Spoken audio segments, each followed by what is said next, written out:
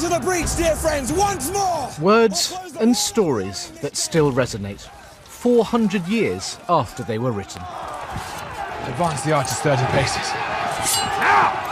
Shakespeare has a unique place within our national story, one these new TV adaptations seek to honour. They're part of a set of history plays that Shakespeare wrote about a sequence of English kings, starting with Richard II.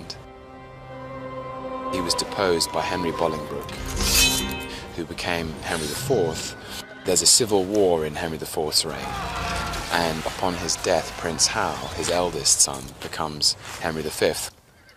It's massive dynastic medieval history, injected with drama and the greatest poetry that's ever been written. England's greatest playwright he may be, but on leaving school, many leave Shakespeare behind, never to return.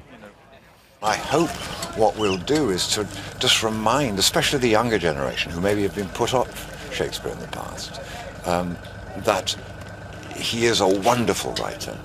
For thou hast lost thy princely privilege with vile communication. Not an eye, but is a weary of thy common sight. It's a family story, but set within the realms of the court and battlefields. Action! The day is ours! The idea of a special arts season running alongside an Olympic Games might sound quite modern, but actually it first happened 100 years ago during the Stockholm Olympics of 1912. Now, since the 1950s, they've been referred to as the Cultural Olympiad. Hence a UK-wide celebration of the arts that's growing in the run-up to the Games. From classical music to a floating collage, the Cultural Olympiad will encompass 12,000 performances and events. But whether it's on stage or television, Shakespeare's impact will be widely felt. Let me speak proudly. Tell the constable we are but warriors for the working day.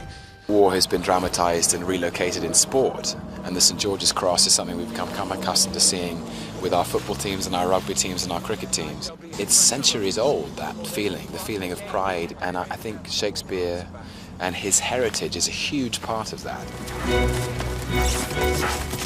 Shakespeare's writing can still provoke and inspire today, and will do so tomorrow and tomorrow and tomorrow. Tim Muffett, BBC News.